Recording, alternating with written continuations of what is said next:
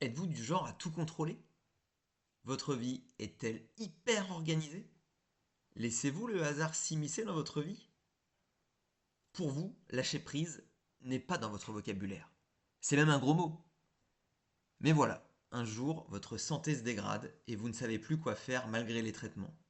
Ou alors, c'est dans votre couple que rien ne va plus. Les médiations n'ont pas suffi à le sauver. Ça vous désarme.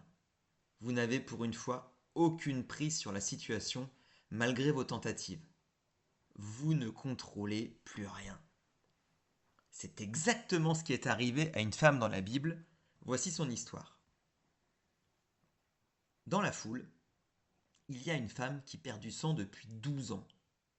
Elle a beaucoup souffert chez de nombreux médecins.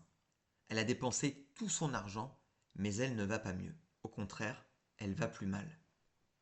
Cette femme a entendu parler de Jésus. Alors, elle vient dans la foule derrière lui et elle touche son vêtement. En effet, elle se dit, si je touche au moins ses vêtements, je serai guérie. Aussitôt, son sang s'arrête de couler et elle se rend compte qu'elle est guérie de sa maladie.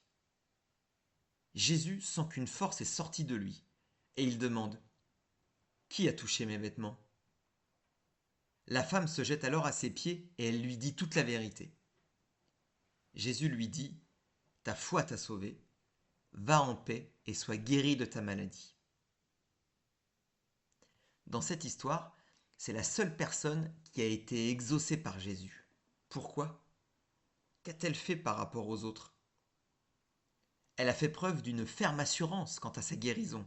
Bingo! Elle a mis ses derniers espoirs en Jésus.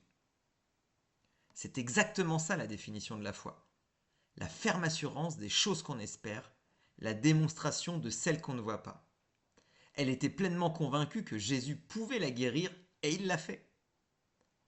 Il y a certaines situations dans votre vie qui vont nécessiter un lâcher-prise de votre part. Ce n'est pas un abandon de la situation, c'est la décision de confier le contrôle de la situation à Jésus.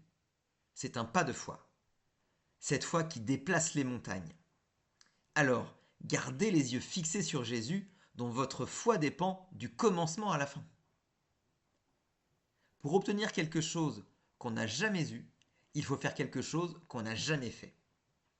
Alors dans quelle situation avez-vous besoin de tester votre foi? Y a-t-il un domaine de votre vie où vous avez besoin de voir Jésus à l'œuvre?